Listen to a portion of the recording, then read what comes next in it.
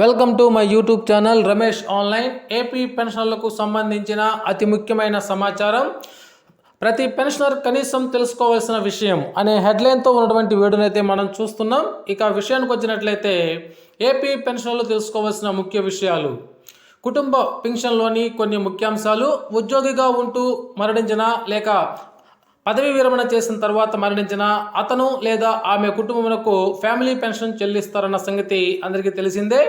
అయితే సర్వీస్లో ఉండి మరణిస్తే మొదటి 7 సంవత్సరాల వరకు, ఉద్యోగి 65 సంవత్సరాలు నిండే వరకు, ఏది ముందైతే అది అంతవరకు చివరి నెల జీతంలో 50% పెన్షన్గా చెల్లిస్తారు. ఆ తర్వాత చివరి నెల జీతంలో 30% పెన్షన్గా చెల్లిస్తారు.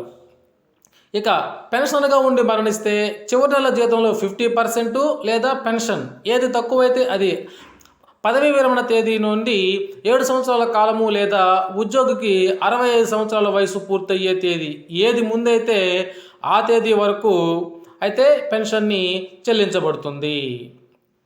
ఇక పెన్షనర్ రిటైర్ అయిన తదుపరి చట్టబద్ధంగా వివాహం చేసుకున్నచో ఆ పెన్షనర్ భార్య లేదా భర్తకు వారికి కలిగిన సంతానానికి కూడా కుటుంబ పెన్షన్ని, ఫ్యామిలీ పెన్షన్ని చెల్లిస్తారు. ఇక రికార్డులు లభ్యం కాకపోయినా ఫ్యామిలీ పెన్షన్ మంజూరు చేయాల్సి ఉంటుంది. అదృశ్యమైన లేదా ఆచూకు తెలియని ఉద్యోగుల కుటుంబాలకు సంవత్సరం తర్వాత కుటుంబ పెన్షన్ని చెల్లిస్తారు. సంపాదన పరులు కానీ అంగవికలురైన పిల్లలకు కూడా కుటుంబ పెన్షన్ వర్తిస్తుంది. పెన్షన్ చనిపోయిన రోజునకు కూడా పెన్షన్ చెల్లిస్తారు. అయితే ఆ మరుసటి రోజు నుండి కుటుంబ పెన్షన్ని చెల్లిస్తారు. కుటుంబ పెన్షన్పై డియర్నెస్ రిలీఫ్ డిఆర్ కూడా చెల్లిస్తారు. ఫ్యామిలీ పెన్షనర్ పునర్వివాహం చేసుకుంటే ఫ్యామిలీ పెన్షన్ అనేటువంటిది రద్దవుతుంది. ఇది రూల్ 55(1) ప్రకారము 50% ఎన్హాన్స్మెంట్ ఫ్యామిలీ పెన్షన్ కావాలంటే కనీసం 7 సంవత్సరాల సర్వీస్ కలిగి ఉండాలి. 7 సంవత్సరాల లోపు సర్వీస్ కలిగిన వారికి 30% నార్మల్ ఫ్యామిలీ పెన్షన్ మాత్రమే చెల్లిస్తారు. వితంతువులకు కుటుంబ పెన్షన్ చెల్లించాల్సి వస్తే వితంతువులందరికీ సమాన వాటాల ప్రకారము చెల్లిస్తారు. అది రూల్ 56(a)(1) ప్రకారము. చనిపోయిన మొదటి భార్య, పిల్లలు రెండవ భార్యతో పాటు కుటుంబ పెన్షన్ వాటాకు అర్హులవుతారు.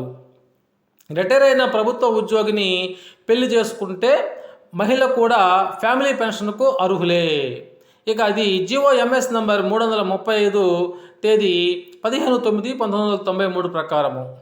ఇక 2 ఫ్యామిలీ పెన్షన్లు పొందుతున్న సందర్భంలో మొత్తం 27,830 రూపాయలకు ఆ పెన్షన్ అటువంటిది పరిమితమవుతుంది.